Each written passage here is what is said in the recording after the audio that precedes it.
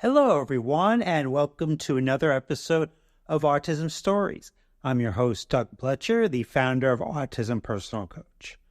Autistic people are the true experts of the autistic experience, and Autism Stories is where we interview autistic people to learn from their stories, experiences, and get their insights. If you would like to be notified about each week's episode of Autism Stories, we suggest you subscribe on your favorite podcast listening platform. We would also appreciate it if you could give us a positive rating and review, as it will help others to learn about autism stories. On today's episode, Blue Skye joins us to discuss about sharing his autistic experience through music, and Blue Skye also talks to us about Afrofuturism. We hope you enjoyed today's conversation. Blue, thanks so much for joining me here on Autism Stories. Thank you so much for having me. I'd love to start out by learning, where does your story in the autistic community begin? I wonder exactly where you want me to start, because it really feels like the life has grown on its own the more open that I was with me being autistic. It starts with me having someone that I was friends with who was a blogger who discovered my music, discovered that I was a local Boston artist. I used to make like ambient electronic music at the time. I found out that he was autistic, and I guess you could say I was one of those who had noticed that there was a lot of representation for autistic people that didn't look like me. So back then, I kind of had a satirical Twitter name. Satirical Twitter name was Token Black Aspie. It seems like the more that I made music, the more that I got to know some underground artists, the more that I got to know a lot of autistic artists and people like me. Nowadays, it seems to be a huge thing. Everybody is discovering that they have autism, and therefore Black autism seems to be a conversation amongst many of us. So now I am not a token black. I am cosmic blue. I think one of the interesting things when I talk with musicians is I really enjoy when I can't really describe their music. And I think that's what I would say for your music. So it seems like there's been so many musical styles that have influenced you. So I'm wondering if you see your autism in any way that has caused you to be influenced by so many different music styles. It really starts with me going on the inside. I obviously just love different kinds of music. My favorite is always, like, it isn't until I hit my mid-20s, like late 20s, like I have a very specific palette, very specific type of music that I listen to. And I have a thing for like psychedelic music, electronic music, spacey. Like, that's been my whole entire thing.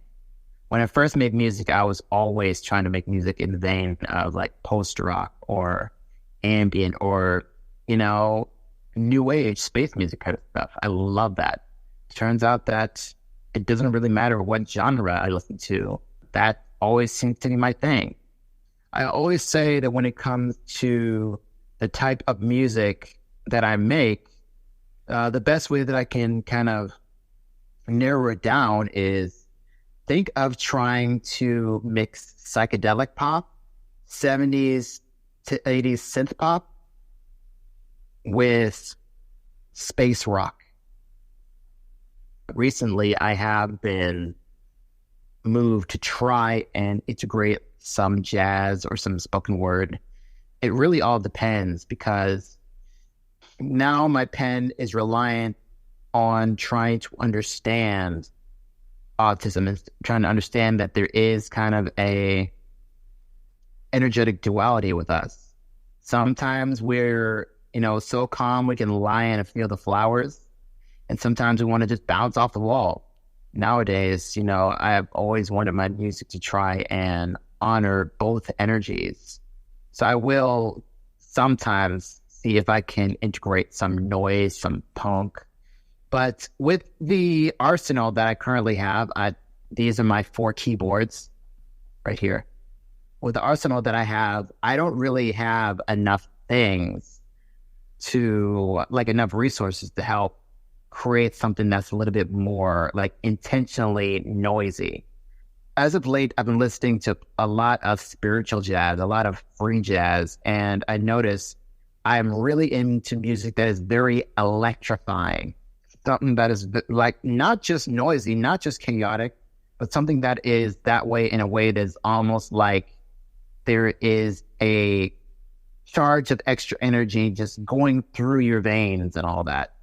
I've always wanted to capture that, but never really knew if that was anything that I succeeded at. But just know that nowadays when making music, I want to honor everything from the calm, sunshine, psychedelic, almost childlike thing to, that kind of energy that would lead you to kind of want to see if it's possible to mosh to jazz music.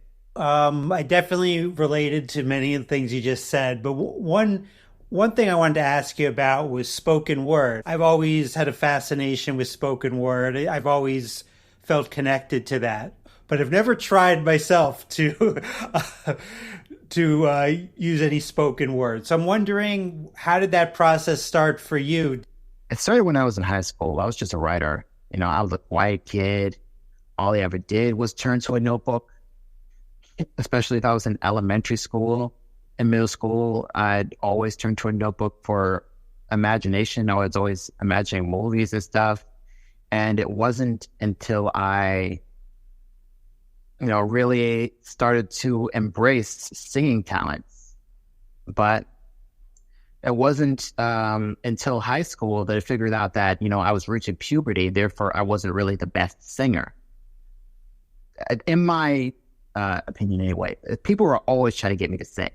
But I'm like, I had this budding interest in being a singer-songwriter. But if I can't be that, the least I can do is write lyrics. The least I can do is write poetry. That was the start of it. I can't necessarily say that I was the best at it, but, I was slowly learning the ropes.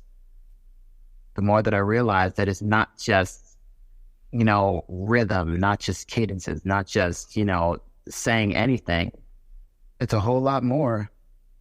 It took a whole lot of time, and the more that I started to practice writing poetry, the better I got at it, and the more it feels like now I've reached a higher level as a writer. It's just that. It's not like I dove in thinking that one day I was going to be the next fill in the blank sort of poem, but I just had a fascination with using poetry as a way of trying to say something, especially if when you were young, you weren't that talkative of a person. It's a spoken word, and music is pretty much just a vehicle for conversation for me. You've created a lot of music. But 10 years ago, you created an album, Human Beyond Repair, that was about being autistic for autistic people.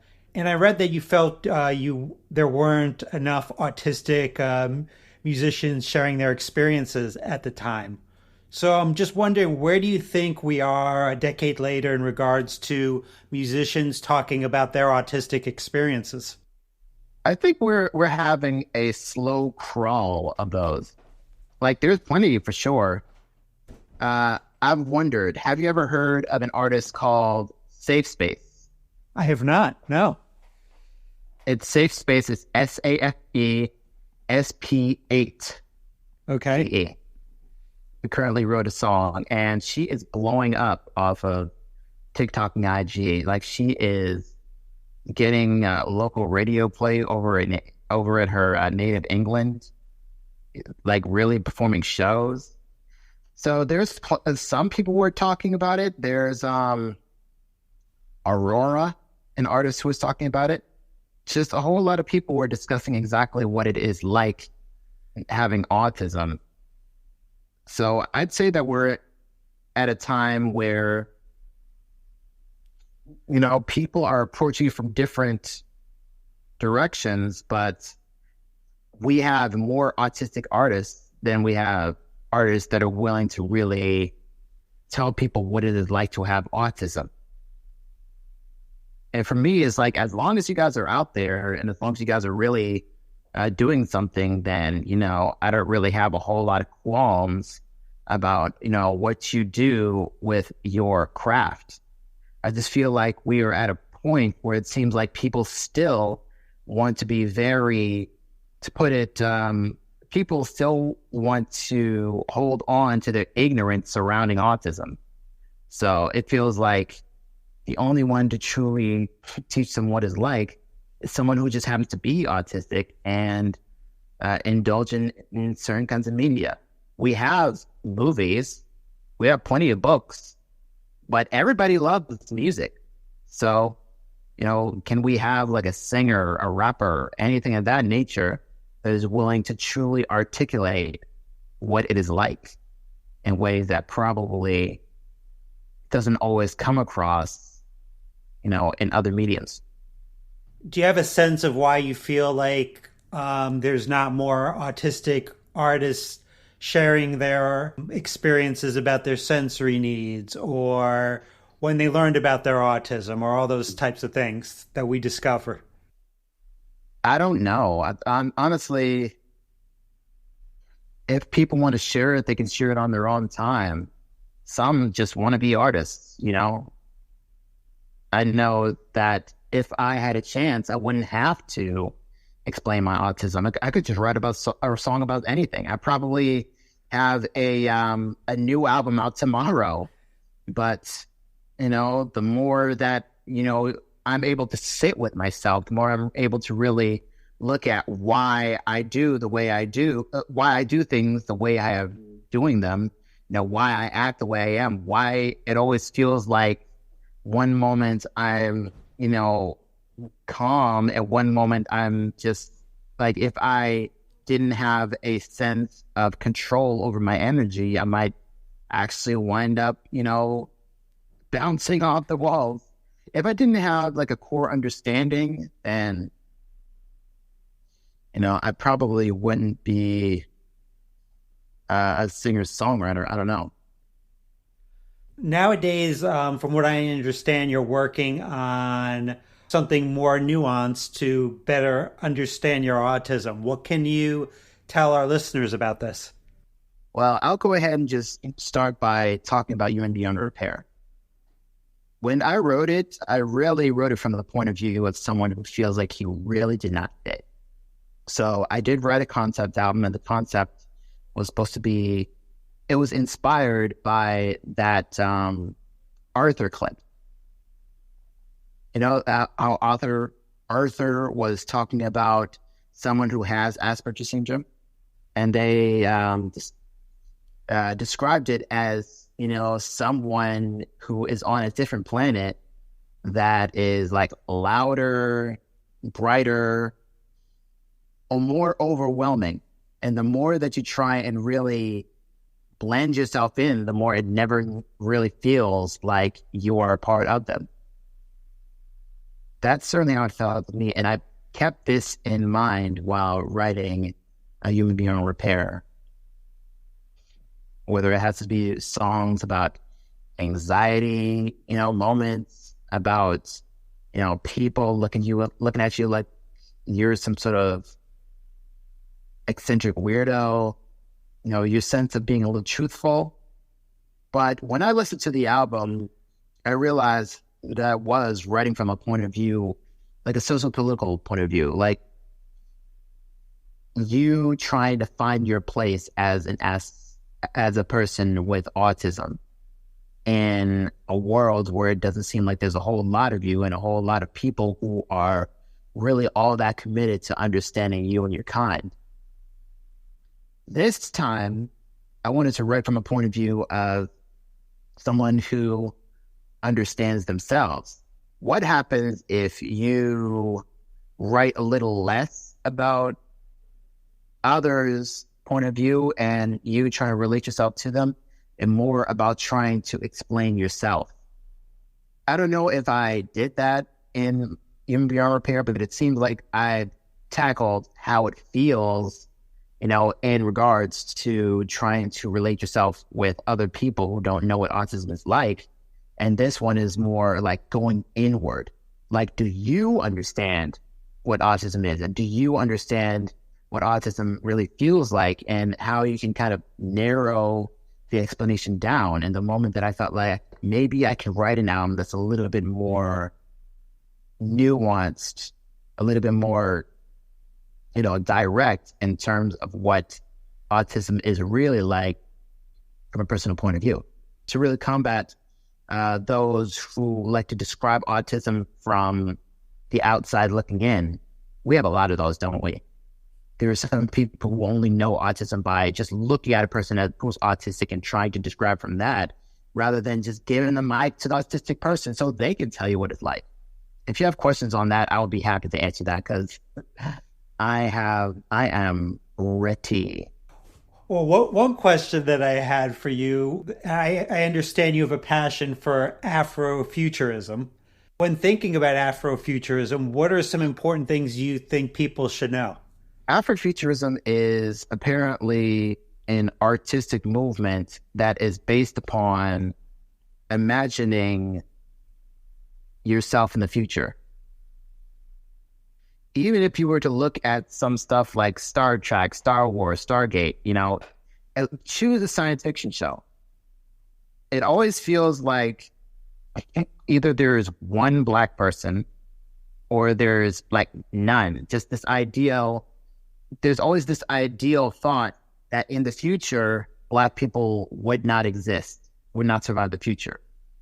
Afrofuturism is always about imagining that if there is a future for us, what would it look like? And sometimes it's just us, engaging in a little bit of fantasy. Sometimes we are from other planets. Sometimes we are from, countries that don't exist. It's our time to really just escape the world and figure, what would a world look like at a time where we can just exist without, people wondering as to whether or not we have any right to. Now, the word did not come up when I was making the album.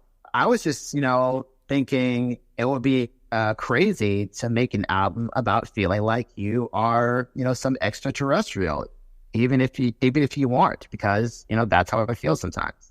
And in a review from Afropunk, who wrote on my album back when I called myself Charcoal Sketches of the Invisible Man, that was a great name, but I feel like, it didn't really fit what I was doing. They called it Afrofuturism. I said it was kind of a blend of anti-folk, synth-pop, new wave. They threw Afrofuturism in there, and therefore kind of kickstarted my interest, which led me going down a really deep rabbit hole of Afrofuturism. And I haven't stopped being fascinated by it since. And I have not stopped wanting to offer my contributions to the movement. And going down that rabbit hole, do you feel there's a connection between Afrofuturism and decolonization? I'd say so, because this way is all about trying to figure out a way to preserve self as all and trying to find a healthy way of living where we don't have to worry about constant stress, constant, warfare, spiritually, psychologically. Just a way of trying to imagine a world where you do not have to struggle just to survive, where you're not put into a position where it seems like anywhere you turn, somebody is trying to test your ability to live through hell, if you will. Decolonization is trying to understand yourself, understand your past, living with your past, trying to take the right lessons from it, and proceeding with a sense of knowledge and wisdom about, how to move into the world.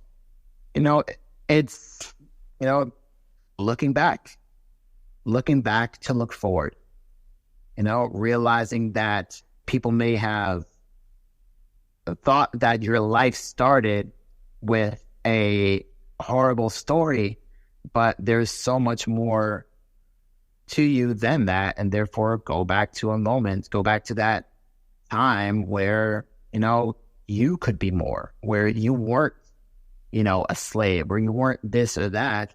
Before then, you were, just somebody who was surviving, somebody who was thriving, somebody who could create without the idea of being told that your way of creation, wasn't really the way. So Afrofuturism is more like, it is all about Sankofa. It describes Sankofa right. Look back to look forward. And lastly, how can our listeners learn about you, Blue, and your music beyond this interview? Beyond this interview, I have a Bandcamp. My name is blueskye.bandcamp.com. That is only one Bandcamp that I have that has a lot of music. Another is a record label that I had, like a little loose label of my own stuff called 3-Eyed Records, 3-Eyed Records at bandcamp.com, that has a whole lot of my lo-fi, ambient, sometimes, classical leaning stuff back when I was learning to compose and learning to make beats more. So all that was stuff that I had created before I was, more confident in my ability to be a singer and a songwriter. I definitely encourage people to check out your Bandcamp. There is a lot of music on there, and it's a lot of wonderful music. Today was supposed to be a day where I wrote a little song, and I was sending a little feature to someone that I knew on Threads. Threads is a very, active community of artists. There's always someone who said that they're a musician or a photographer. Like, there is hella artists that are looking to create an active community. So I don't know if I'm going to be staying on Twitter long, but I know that, I will most definitely be using that, Blue Skye, the IG, whatever possible, to kind of, let you in on what is going on in the future. Well, and I very much look forward to that, Blue, and thanks so much for joining me today here on Autism Stories. Thank you so much for having me.